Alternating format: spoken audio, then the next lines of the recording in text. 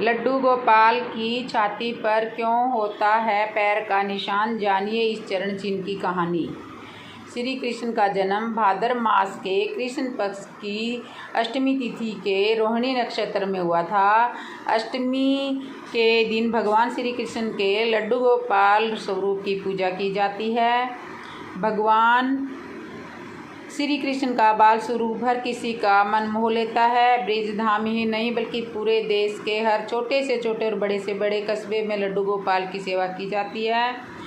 कहा जाता है कि लड्डू गोपाल जी भी किसी विशेष ताम झाम के नहीं, आपके प्रेम और भाव के भूखे होते हैं। अतः उनको जितना प्रेम जितना भाव अर्पित किया जाता है वह उतने आपके अपने होते हैं। लेकिन इसके बीच में आप क्या जानते हैं कि श्री कृष्ण के लड्डू गोपाल स्वरूप की छाती पर पैर का चिन्ह क्यों होता है?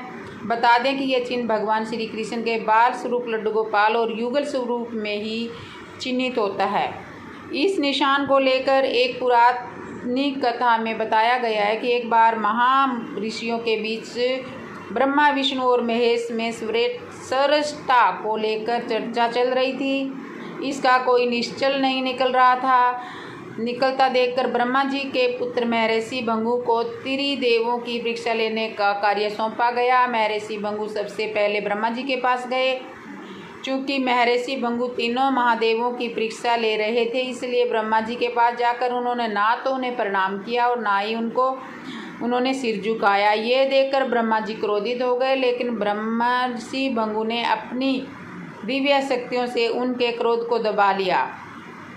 इसके बाद महर्षि भृगु कैलाश पर्वत पर गए। महर्षि भृगु को आता देखकर भगवान शिव बहुत प्रसन्न हुए और उन्होंने अपने स्थान से उठकर उनको अपने गले लगाना चाहा, लेकिन महर्षि भृगु ने महादेव जी का अभिनंदन स्वीकार नहीं किया।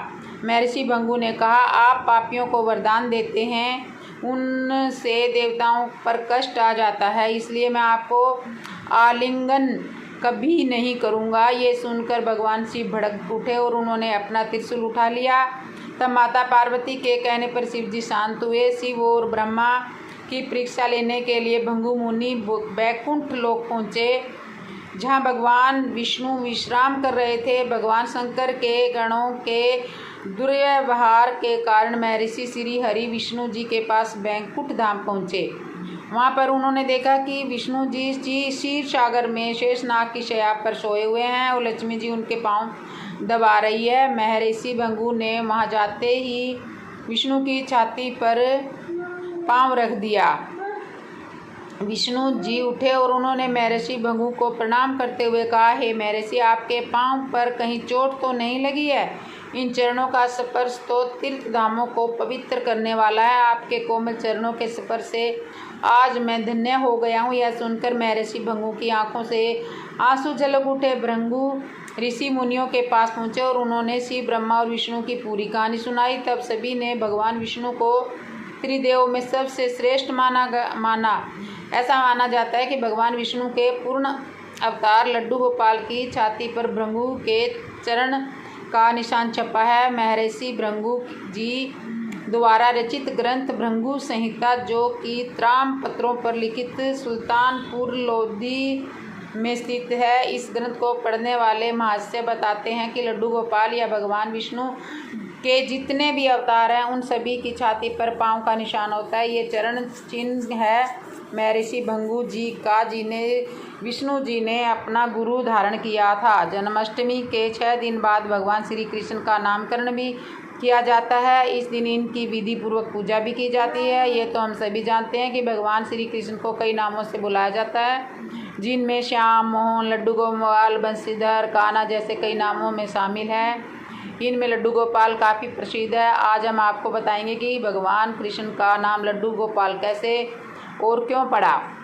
ब्रजभूमि में भगवान श्री कृष्ण एक बार परम भक्त कंबन दास जी रहते थे। कंबन दास जी का एक पुत्र रघुनंदन था। कंबन दास हर वक्त कृष्ण की भक्ति में लीन रहते थे और पूरे नियम से भगवान की पूजा और सेवा किया करते थे। वे उन्हें छोड़कर कहीं नहीं जाते थे ताकि उनकी सेवा में कोई कमी न रह जाए। एक दिन भगवान वृंदावन के लिए भागवत कथा करने का न्योता आया। पहले तो कुंभन दास ने मना कर दिया, लेकिन सब कुछ सोच विचार करके बाद में उन्होंने कथा में जाने के लिए तैयार हो गए। उन्होंने सोचा कि भगवान की सेवा की तैयारी करके वे रोज़ाना कथा करके वापस लौट आएंगे, जिनसे भगवान की सेवा में के नियम भी नहीं छूटेगा। उन्होंने अपने पुत्र को समझा दिया कि वे भोग तैयार कर चुके हैं, तुम्हें बस समय पर ठाकुर जी का भोग लगाना है। इसके बाद वहाँ से प्रस्थान कर गए।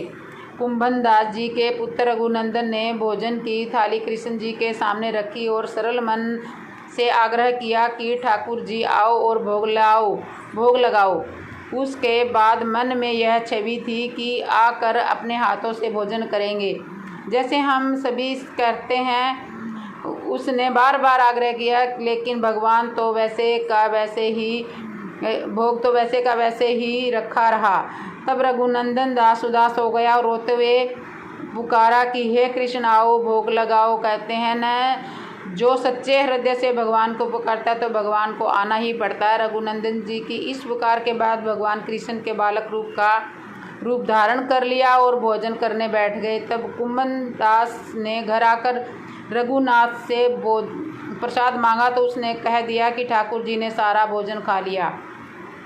कुंभन दास को लगा कि बच्चे को भूख लगी होगी, वही सारा भोजन खा गया होगा, लेकिन अब तो वे रोज की कहानी हो गई। तब कुंभन दास को शक होने लगा, तो उन्होंने एक दिन लड्डू बनाकर थाली में रखे और छुपा कर देखने लगे कि रघुनंदन क्या करता है। कुंभन दास को लड्डू हाथ में लिए भगवान कृष्ण दिखे। रघुनंदन ने रोज की तरह ही भगवान कृष्ण को पुकारा तो वे बालक के रूप में प्रकट हो गए और लड्डू खाने लगे। यह देखकर कुंभन दास दौड़ते हुए आए और प्रभु के चरणों में गिरकर विनती करने लगे। उस समय कृष्ण के एक हाथ में लड्डू और दूसरे हाथ वाला लड्डू मुख में जाने ही वाला था कि वे एकदम मूर्ति हो गए। उसके बाद से ही उनकी इसी छवि में पूजा की जाती है, तो यह वे लड्डू गोपाल कहे लाए जाने लगे। जय श्री कृष्ण। दोस्तों, तो आपको ये वीडियो कैसे लगी? अच्छी लगी हो तो कमेंट में जय श्री कृष्णा ज़रूर लिखना, और मेरे चैनल को जिसने सब्सक्राइब नहीं किया वो सब्सक्राइब करना, लाइक करना, कमेंट करना।